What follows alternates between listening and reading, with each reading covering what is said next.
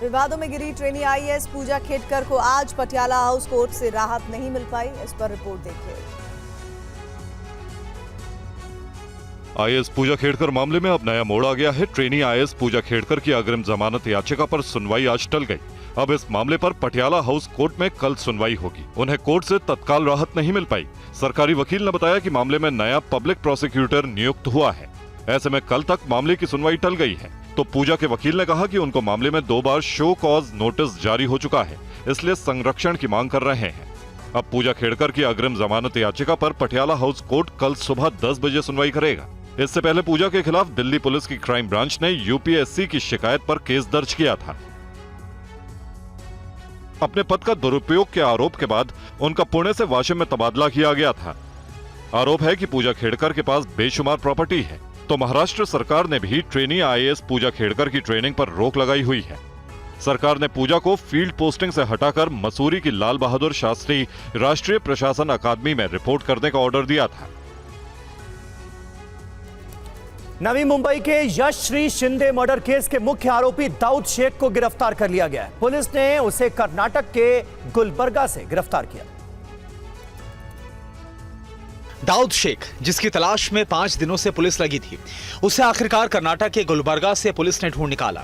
आरोपी दाऊद शेख ने अपना जुर्म कबूल कर लिया है। पोस्टमार्टम रिपोर्ट में छुरे से हत्या की बात सामने आई है।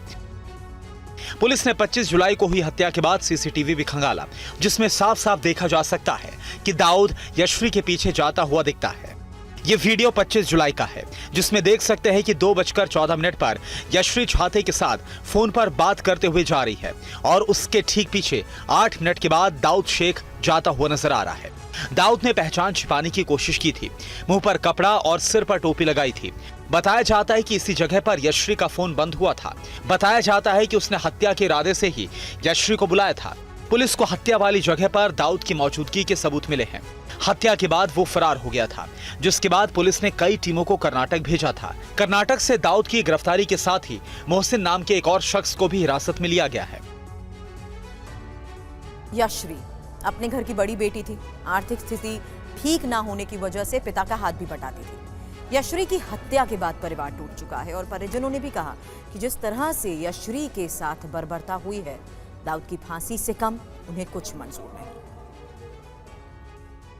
बड़ा मुश्किल है क्योंकि बड़ी लड़की थी वो, उसका ग्रेजुएशन हुआ था, वो जॉब करती थी बेलापुर में, उसकी के ऊपर था। मतलब उसके पापा भी मतलब छोटा मोटा ही काम करते हैं, परमानेंट नहीं है। घर में वो बड़ी थी सबसे, 2 बहनें और भी है उसके पीछे। हालत मतलब इतनी ये भी नहीं है हमारी। मतलब जो निर्भया प्रकरण हुआ था, बहुत देर लगी थी उसके माँ को न्याय मिलने में। अब ये नहीं होना चाहिए। ये महाराष्ट्र में फर्स्ट टाइम ये इतना हुआ है।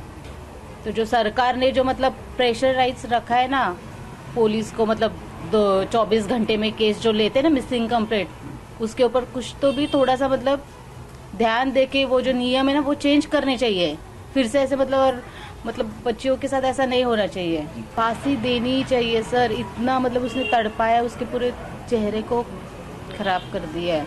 चाहती हैं कि दाऊद शेख को फांसी हो। उसको सबसे पहले हमारे सामने 3rd डिग्री देने के बाद उसको फांसी देना चाहिए।